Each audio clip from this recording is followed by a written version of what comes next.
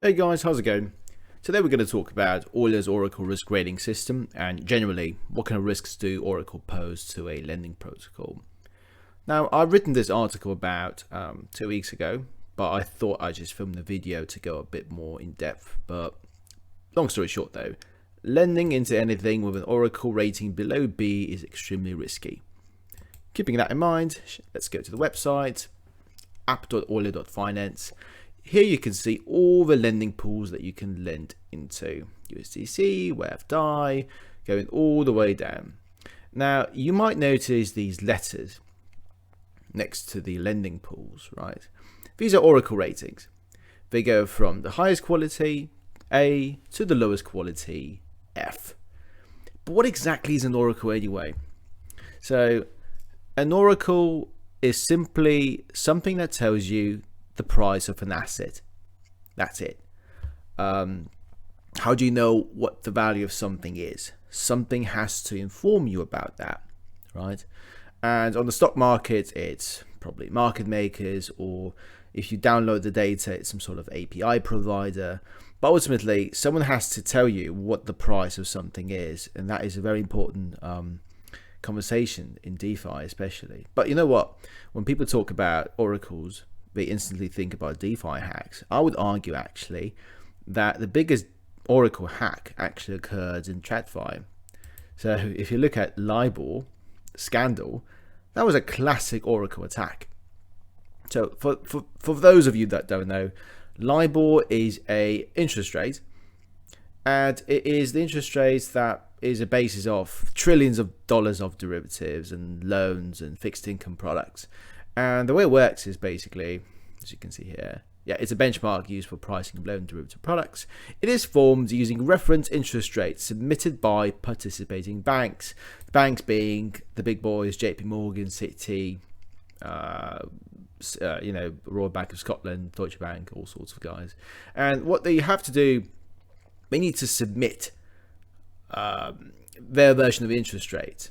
And then LIBOR basically takes the average of that. It does a couple of computation. I'm not sure exactly. I can't remember exactly what it was, but it creates a LIBOR benchmark index. Now, what these guys have done, they were deliberately submitting artificially low or high interest rates to force LIBOR higher or lower in an effort to support their own institutions' derivative and trading activities. So if you want LIBOR to go up, just submit a high benchmark, I guess. And the opposite. And it really is a classic Oracle attack. So it really isn't just bound to DeFi. But we recently had this in DeFi though as well. So the recent attack was involving Rari and Float. You might have heard about it. So the Float protocol Fuse pool just experienced effects from a weak Oracle. Now, I can just show you the pool then to see what actually happened. So this is the pool number 90 that was hacked. So Rari itself wasn't hacked, it was rather the Oracle that was exploited.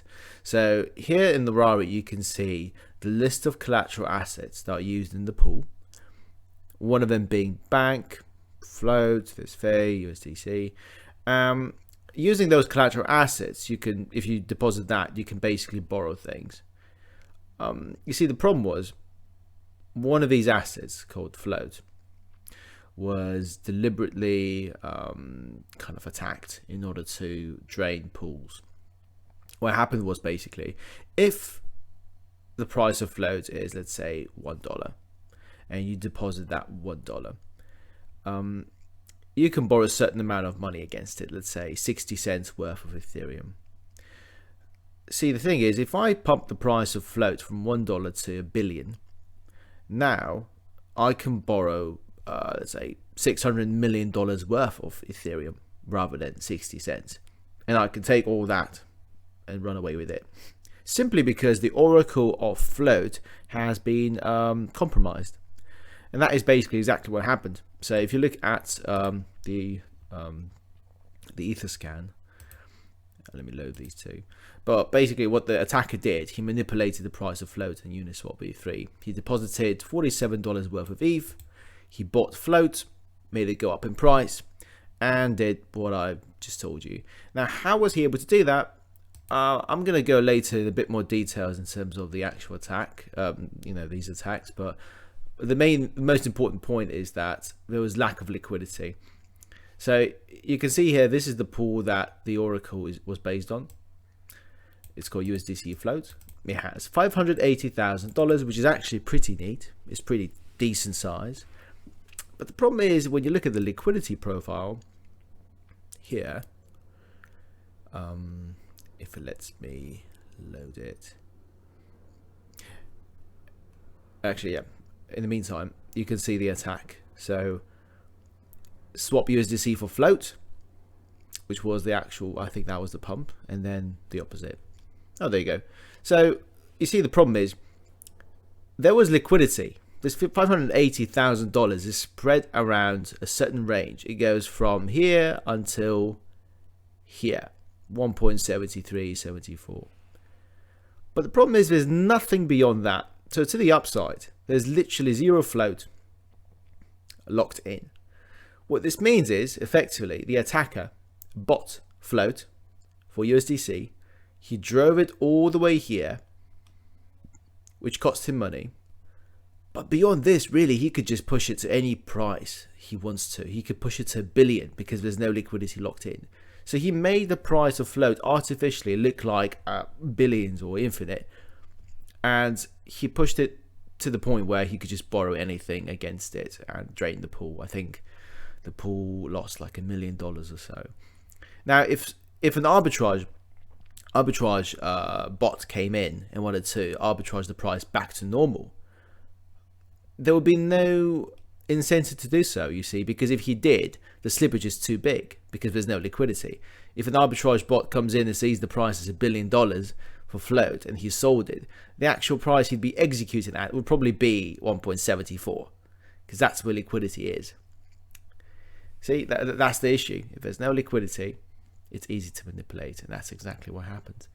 So, but yeah, that was the attack.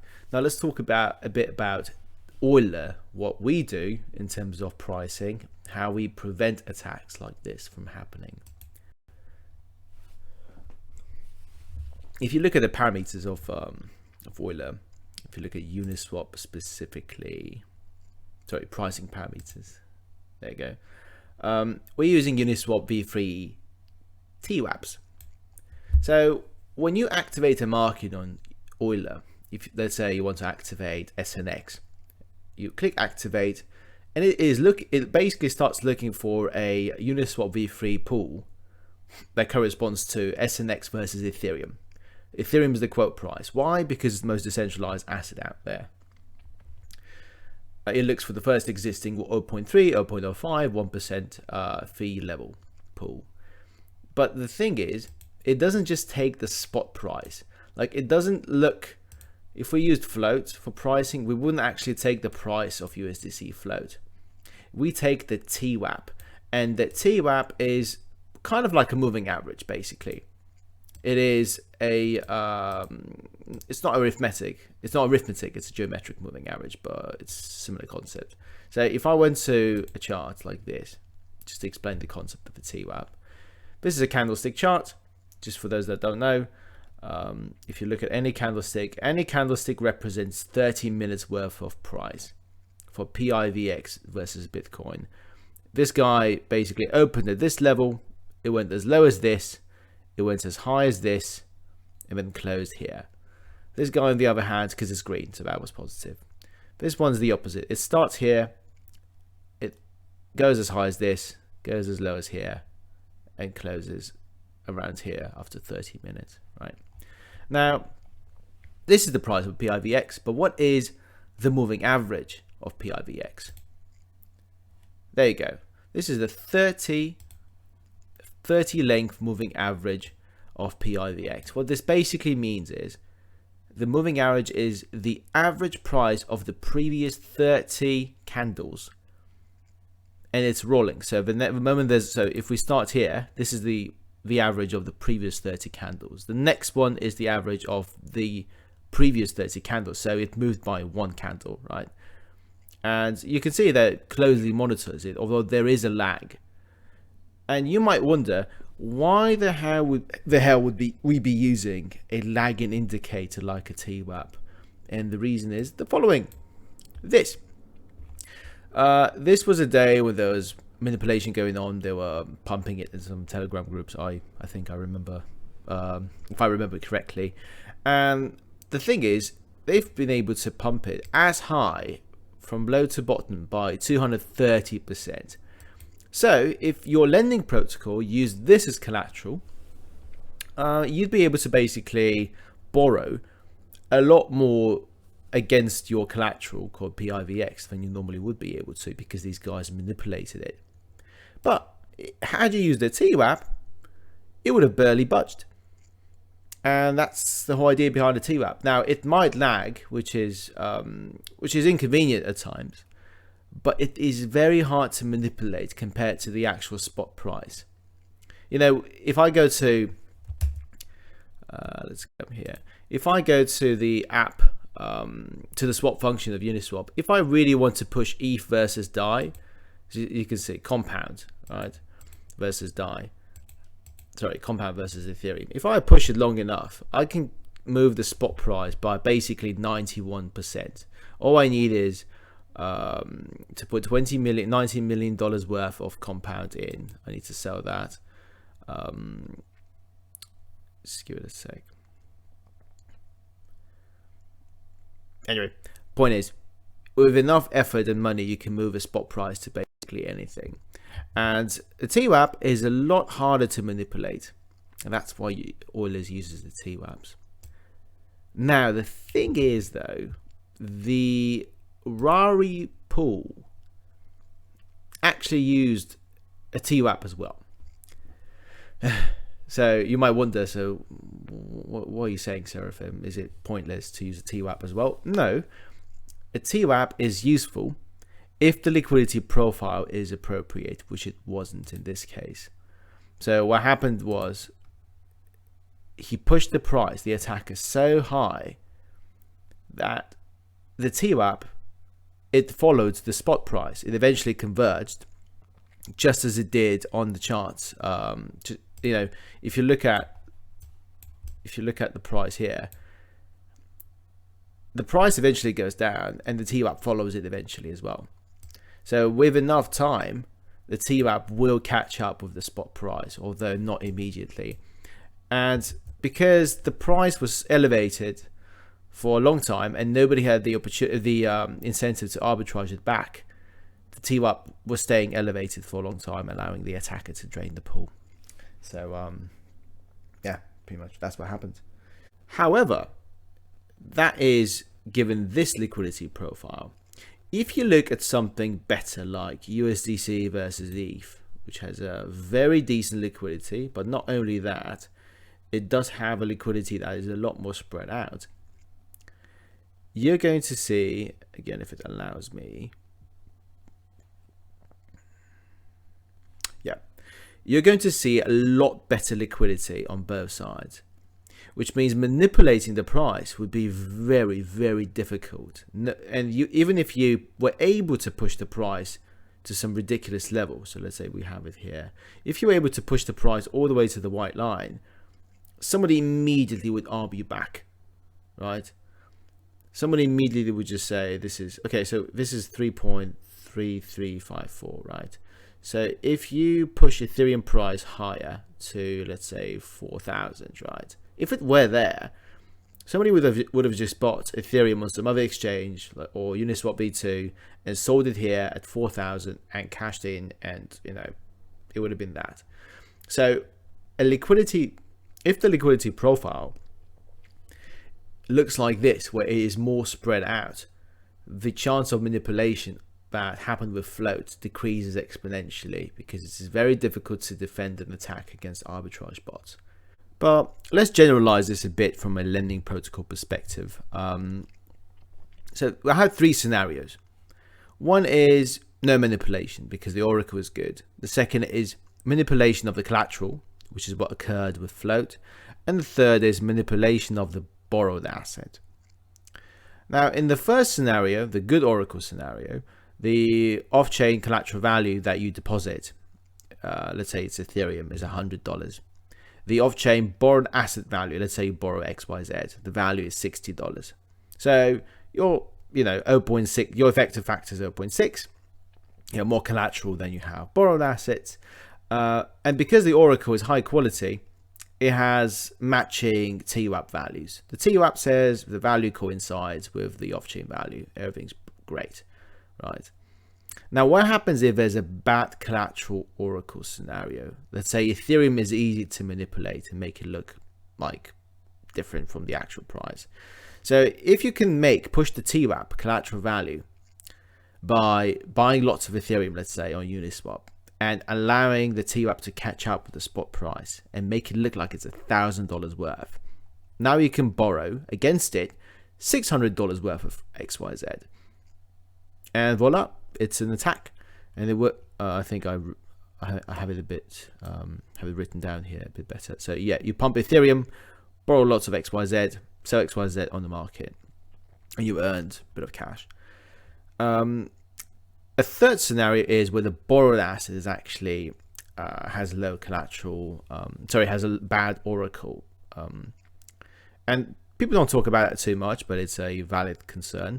Basically, you can keep the TWAP. The TWAP, the collateral value is fine, but you're able to dump the price of the borrowed asset to some tiny number, $0.001. What that means is the attack vector is quite simple. All you need to do is dump XYZ, so the price collapses. You lend a tiny bit of Ethereum or any collateral. You can basically borrow all the XYZ at a tiny value and sell it at a decent price on another market.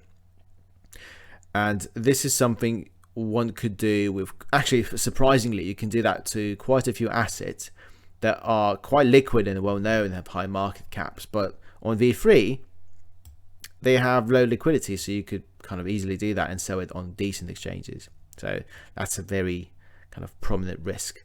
And for that, to prevent that, you need the oracles to be of good quality.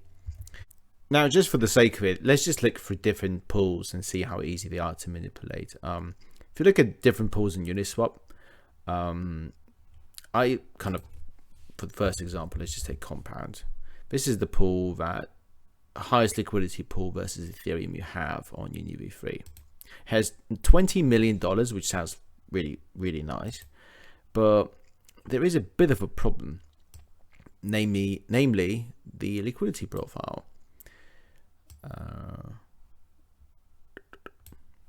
Yeah, there you go. So it's all great here, but if you go here, liquidity just collapses. There's very little Ethereum locked in, and this is, by the way, if you dump comp. This is the downside of comp Ethereum, right? So if you sold Compound versus Ethereum, it would be a lot easier to do so than to buy Compound versus Ethereum, and because there's very little liquidity locked in. Now, to see that difference, what you could do, what normally you could do basically is try to simulate buying and selling some Compound. Normally, you can kind of do it here through the app, through Uniswap V3 app. But you see, the problem is I haven't figured out how to turn off the routing, even though it's off, right? And basically, when you try to sell some Compound for Ethereum to simulate the slippage, what it actually does, it routes it through for different pools. As you can see, some of that goes through V2, V3. So that's not quite accurate. So what we did is ask our smart contract developer, Derek, to basically simulate what happens if you buy or sell Compound versus Ethereum in that particular pool. So see, if you buy $1 million worth of Compound, you get a slippage of 6%. If you sell $1 million worth of Compound, you have a slippage of -6%, which makes sense. Now, see, that's the interesting bit. When you try to do, you try to increase the size, the slippage on buying is, well, it's quite substantial. It's 32%, but the slippage on selling is 9999. It just collapses. And the reason is exactly that liquidity profile. So if you do 10 mil, it's even worse, right? It just goes to like, it's getting close to like almost nothing. And the reason is exactly, is exactly this. There's no liquidity here. That's why it's so easy to manipulate. Therefore, you have to look out for situations like that. So another example is uber concentrated liquidity. It is also a attack vector. So just because TVL looks good does not actually mean that you are safe. There you go. I randomly picked out some assets, so it's not. I'm not trying to say anything about SWYF, but if you look at the liquidity, which has 50 million, by the way, and it sounds great. If you actually look at the liquidity profile, you're going to find. Please load. You're going to find that it's quite limited. See, there's plenty of liquidity here in this price range, but the moment you get out, there's nothing. There's no USDC. There's no SWYF. So with enough effort, you could potentially make it go to infinity or zero, and just attack in the way I've described here. If you use it as collateral, you can pump it to the sky, have the TWAP catch up, and borrow a lot of high quality assets against it.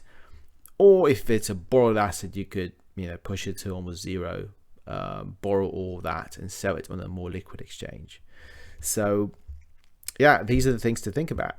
If I were a project that wants to list on a lending protocol and kind of have a high Oracle rating, I would do the following.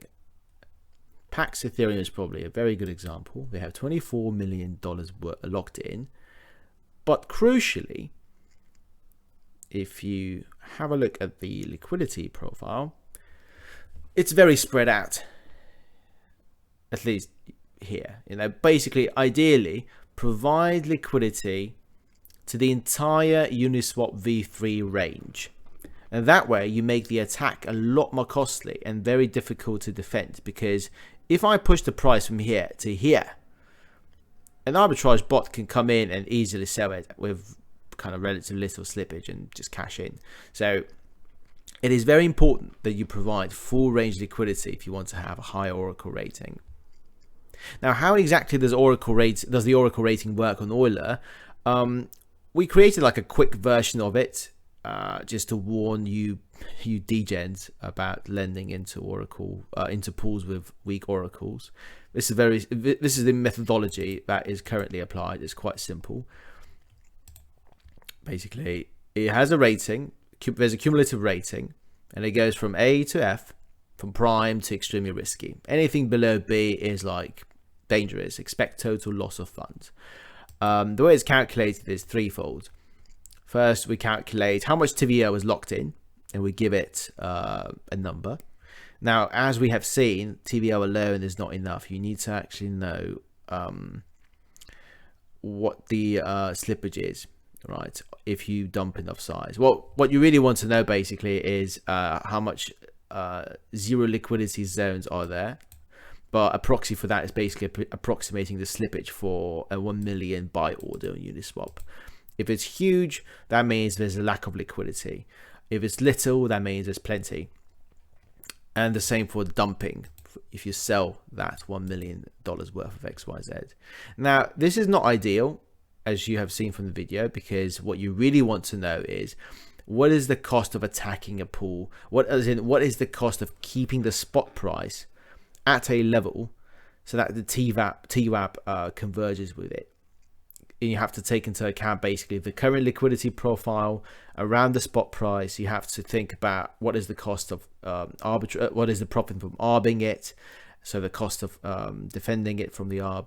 But this is just the first kind of, it's quite conservative really, rating that we've created that should serve its purpose now.